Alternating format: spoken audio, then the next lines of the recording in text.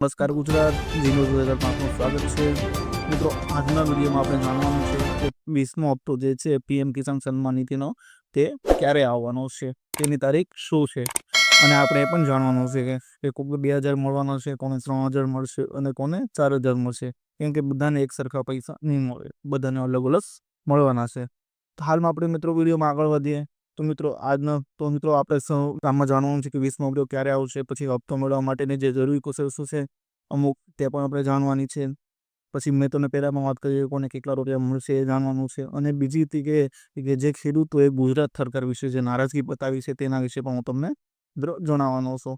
તો જો 19મો હપ્તો હતો કે 19 થી 24 ફેબ્રુઆરી દરમિયાન આવ્યો હતો, તો મિત્રો 20મો હપ્તો જે છે તે જૂન 2025માં આવે તેવી શક્યતાઓ છે।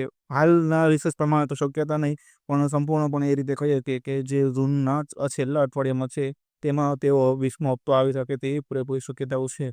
અને હા, જો જૂનના છેલ્લા મહિનામાં 20મો હપ્તો ન આવ્યો તો જુલાઈના પહેલા અઠવાડિયામાં તે હપ્તો તો આવી જ જશે।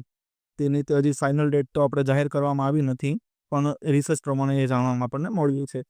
તો તેની જે જાહેરાત કરવામાં આવશે તે તારીખની તો પીએમ મોદી અથવા કૃષિ મંત્રી જે શિવરાજ ચૌહાણ છે તેના દ્વારા તારીખની સત્તાવાર જાહેરાત કરવામાં આવશે।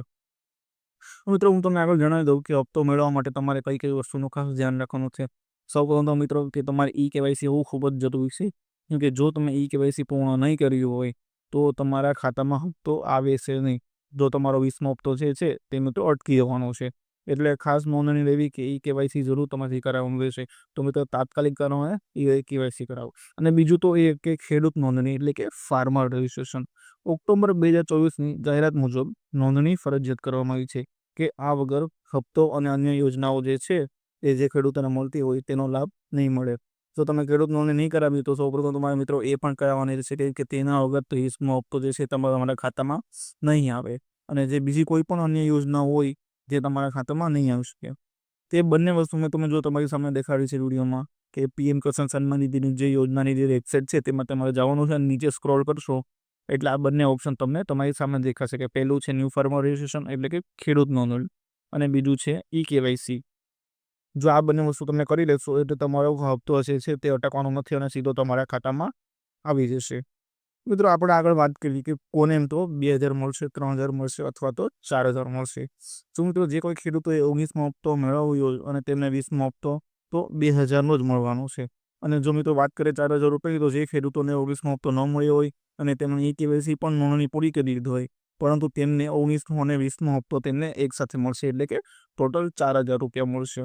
અને મિત્રો જે અન્ય રાજ્યો છે કે જે દિલ્હી છે અને રાજસ્થાન છે, બિહાર છે, એ ઝારખંડ છે, અન્ય રાજ્યની વાત કરીએ તો ત્યાં બીજેપી સરકારે 2000ની જગ્યાએ 3000નો હપ્તો જાહેર કર્યો છે, એટલે કે જે આપણને આ પીએમ કિસાન સન્માન નિધિ યોજના તરફથી 2000 રૂપિયા મળે છે તેની જગ્યાએ અન્ય રાજ્યોમાં 3000 રૂપિયાનો જે હપ્તો મળે છે।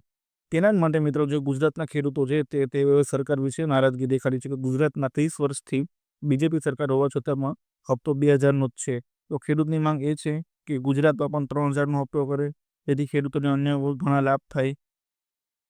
તો એના વિશે ખેડૂતોએ નારાજગી દેખાડી છે।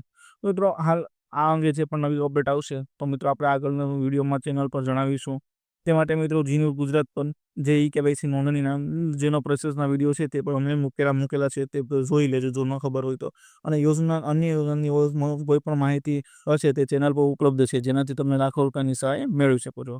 તો મિત્રો વિડીયો પસંદ આવે તો લાઈક કરજો, શેર કરજો અને સબસ્ક્રાઈબ કરજો।